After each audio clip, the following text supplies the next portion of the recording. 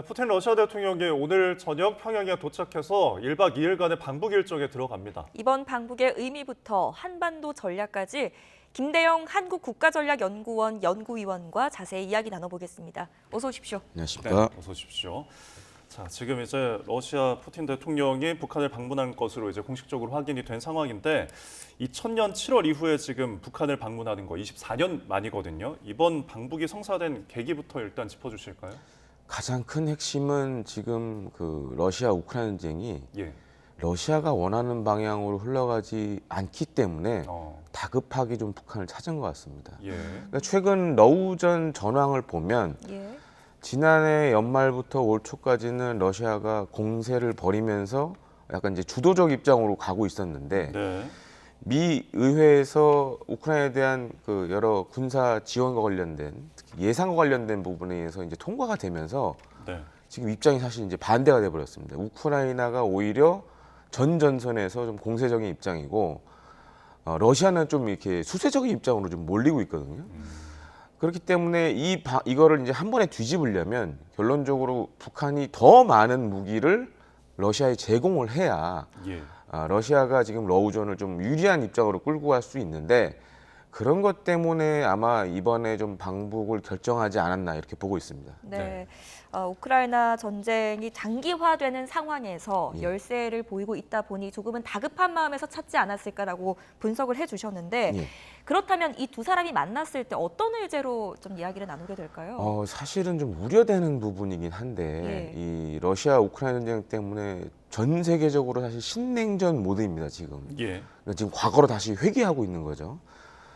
이 상황에서 만약에 이제 푸틴 대통령과 김정은 위원장이 만나서 외교라든가 특히 이제 군사 협력 부분에 대해서 뭔가 성과를 낸다 그러면은 우리 입장에서 봤을 때는 이건 사실상 이제 냉전으로 다시 돌아가는 겁니다. 그러니까 한러 관계가 사실상 파탄이 날 수도 있는 상황인데 그렇기 때문에 이번 정상회담 결과가 과연 어떤 조약들을 맺을지를 좀 우리가 좀 자세히 좀 봐야 될 것 같습니다. 네.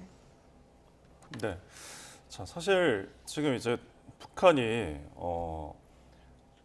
인공위성 발사에 대해서 어떤 기술적인 어떤 결함이나 예. 실패적인 부분들도 있고요. 예. 그렇기 때문에 조금 러시아에게 어떤 기술 이전이나 이런 것을 요구할 수도 있잖아요. 그러면 러시아도 이것을 이번 방북을 통해서 조금 기술 이전이나 이런 부분에 대해서 좀 성사가 될지 어떻게 보십니까? 충분히 가능성이 있다고 보여집니다. 예. 사실은 이제 북한의 우주 개발은 예. 좀 우리하고는 좀 차원이 다릅니다. 이제 우주 개발을 이용해서 대륙간 탄도미사일을 만들고 각종 이제 발사체를 만드는데 사용을 했단 말이에요. 예. 근데 이제 기술적인 문제들이 여러 가지 난제들이 있었거든요. 근데 직접적으로 예를 들어서 러시아가 뭐 위성을 만들어준다거나 예. 발사체를 제공하는 건 사실 어렵지만 예.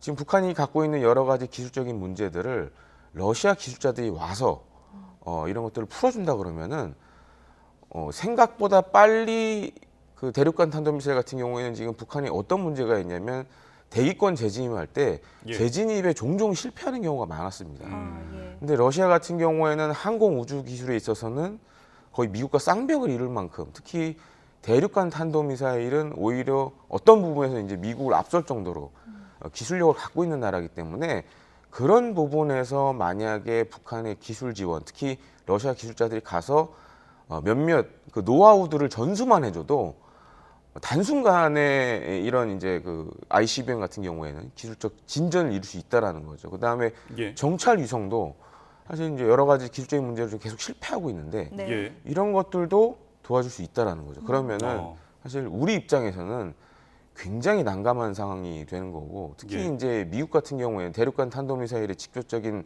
사정거리에 들어가기 때문에 예. 미국도 사실 이번 정상회담을 우려하는 이유가 이런 것들이 아닌가 생각이 됩니다. 네. 예. 네. 뭐 기술 이전도 기술 이전이지만 가장 무엇보다 걱정되는 건 이 두 나라가 군사적으로 밀착하는 게 아니라 더 가까워지는 게 아니냐일 것 같거든요. 예. 지금 양국 간의 군사 협력을 동맹 수준으로 끌어올릴 것이냐, 그리고 끌어올리기 위해서 자동 군사 개입 조항이 담긴 조약이 성사가 될 것이냐가 또 초미의 관심사인데 여기에 대해서는 어떻게 전망하세요? 사실 지금 우리 정부도 지금 요 며칠 사이에 보시면 아시겠지만 이제 계속 경고성 메시지를 계속 예. 날리고 네. 있잖아요. 이런 경고를 한다라는 거는 물론 이제 우리는 알 수 없지만 어떠한 첩보나 정보를 통해서 이런 정도 수준의 뭔가를 체결하려고 한다라는 낌새가 있기 때문에 하지 말라고 지금 자꾸 경고를 보내는 겁니다. 뭔가가 있으니까. 예. 네. 근데 만약 실제로 이번 이틀간의 방북에서 과거 그러니까 북한과 소련 시절에 군사 동맹 조약 같은 걸 맺는다 그러면은 예. 그럴 경우에는 사실 정말 우리 이 한러 관계가 파탄으로 간다라고밖에 볼 수 없습니다. 위원님 혹시 지금 두 나라 간의 어떤 동맹 수준이랄까요? 어느 정도입니까? 사실 이제 과거와 같이 이제 예를 들어서 소련 시절과 같이 뭐 군사 지원이라든가 그다음에 뭐 유사시 개입이라든가 예. 이런 내용은 사실 없습니다. 네. 그러니까 만약에 한반도 유사시 상황에서 서로 소통하는 정도의 지금 조약만 맺고 있는데 예. 이걸 다시 군사 개입이라는 일종의 그런 체결을 하게 된다 그러면은 네. 이건 정말 과거로 회귀하는 거고 한러 관계가 파탄으로 갈 수밖에 없고 또 한 가지로는 만약 그런 조약이 맺어진다 그러면 예. 우리 정부의 입장도 달라져야 될 겁니다. 사실 지금 우리나라 같은 경우에는 우크라이나에 직접적인 무기 지원을 하고 있지 않거든요. 예.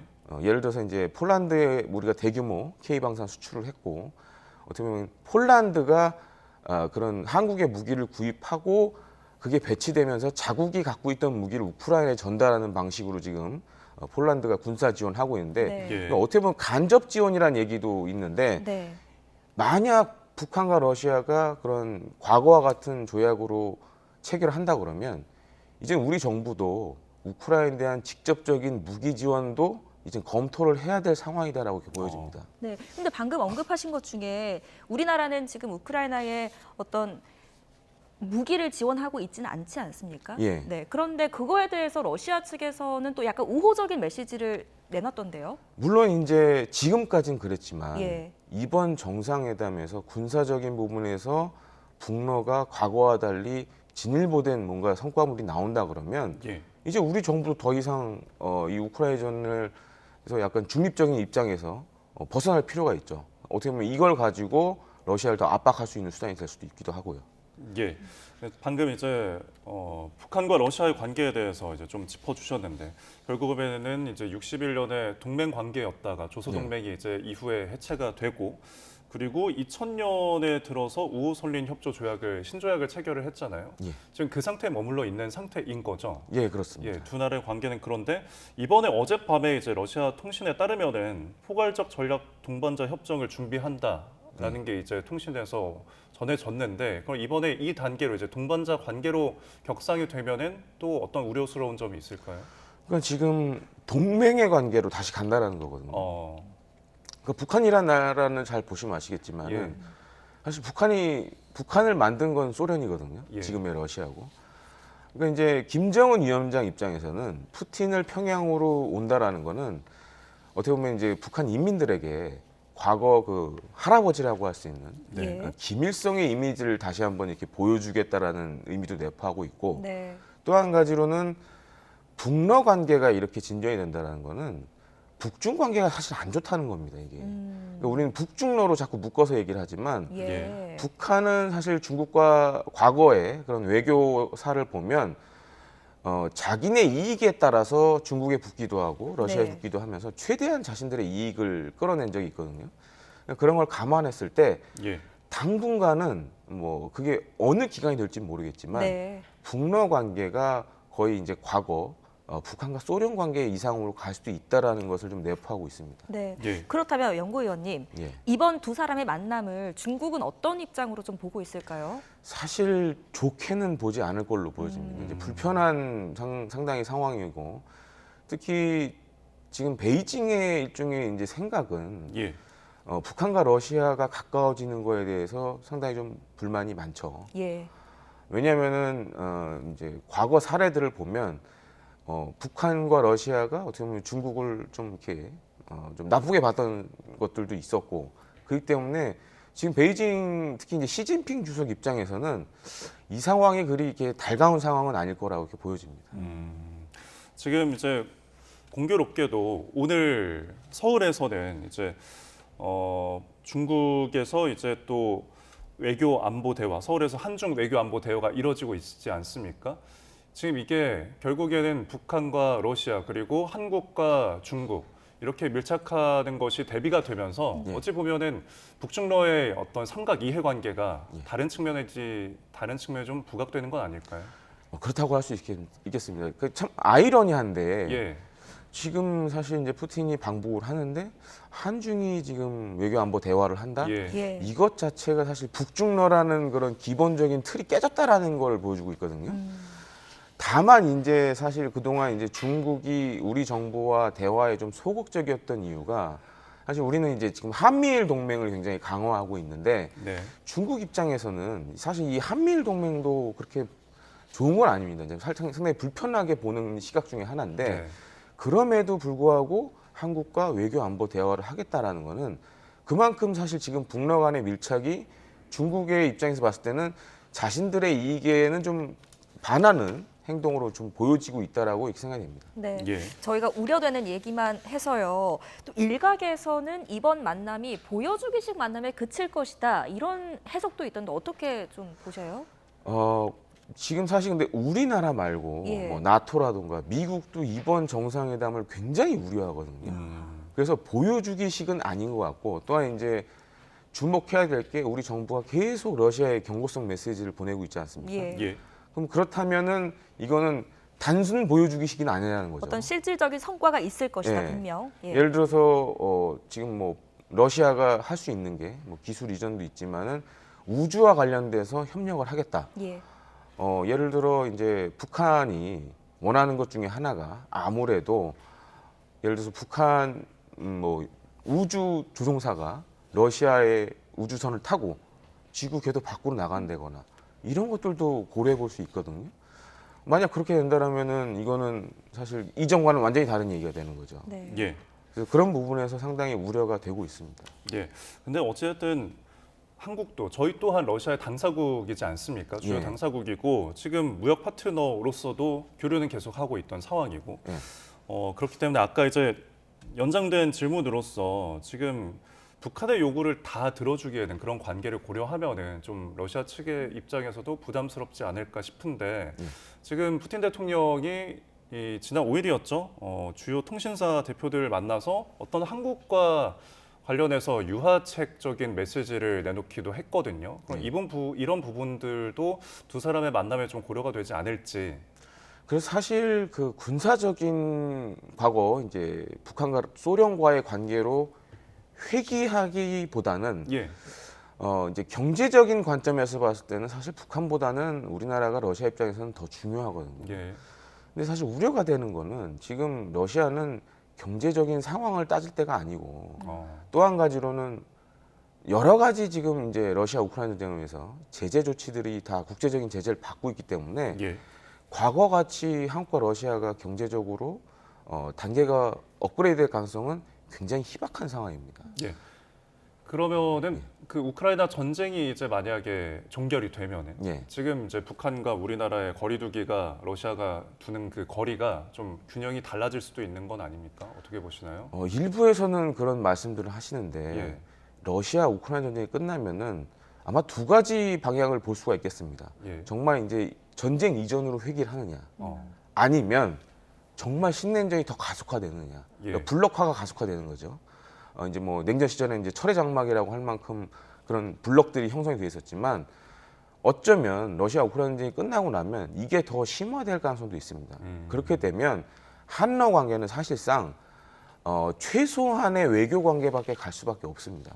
예. 우리 입장에서는 그런 냉전화가 가속화된다 그러면은 오히려 한미일 동맹이 더 공고해지는 상황이 올 수밖에 없기 때문에 그래서 이번 정상회담 결과가 과연 여기서 어떤 협정을 맺을지가 굉장히 중요한 관건이 될 거라고 보여집니다. 네. 예. 국제사회에 이목이 쏠리고 있습니다. 특히 우리 정부도 예의주시하면서 두 사람의 행보를 지켜볼 수밖에 없는데 우리 정부의 장호진 국가안보실장이 이 두 사람 만남에 대해서 어떠한 폭넓은 협력이 추진될 가능성이 있다. 예. 그리고 어떠한 내용, 어떠한 강도가 나오든 우리는 그에 맞게 대응할 것이다 이런 발언을 했더라고요.